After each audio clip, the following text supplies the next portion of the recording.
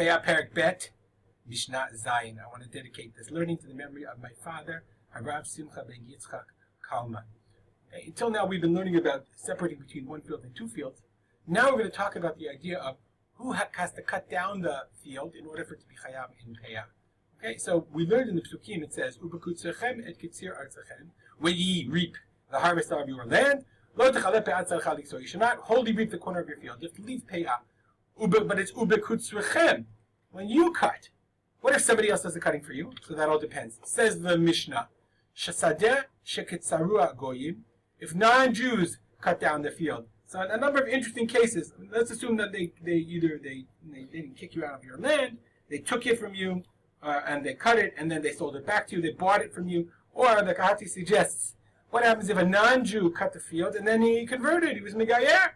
So now he has this field of cut produce, and the question is, does he have to take off Peah? Or, thieves cut it for you. They stole it from you, they kicked you off the land, they didn't kick it off, they just cut it down themselves. Kirmisuha nimalim. Nimalim are ants. Kirmisuha is a fun word. Kirmisuha, we'll look at the gestro.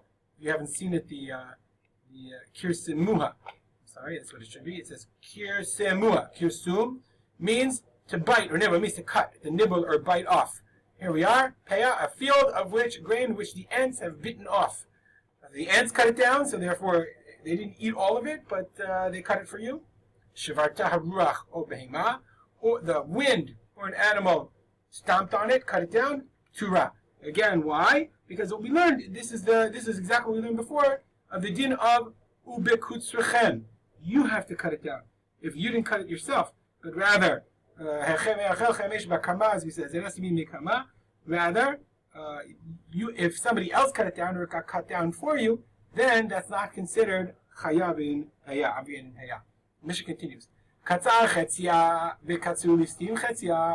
What happens if you cut down half of it, and then thieves came in and cut the rest, the other half of it? P'tura. Why? Shechovat haPeah b'kama. The obligation of Peah is b'kama, with the standing produce, with what's left. As we'll soon see, as we see, when it says you should cut your kitzir artachem, lo techaleh pe'at tzarcha liktzor. You should not wholly reap the corner, i.e., you're cutting, and then leave what's left. Okay? But if you cut, and you're halfway through, and then somebody else cuts the rest, or somebody else cuts until what's left, the time of the chiyuv came when you had to leave over what's left. In our case here, the listim cut the second half, and because it was listim that cut the second half, and you yourself, the person who's obligated, did not cut at the end of the cutting, then you're patur. Why? Shechovat haPeah, as we said, the obligation of Peah is in leaving over what's left. And therefore, if your cutting did not get to the end of the cutting, and the obligation, the chiyuv of Peah happened when you got to the end, then the person himself, then the field is patur from Peah.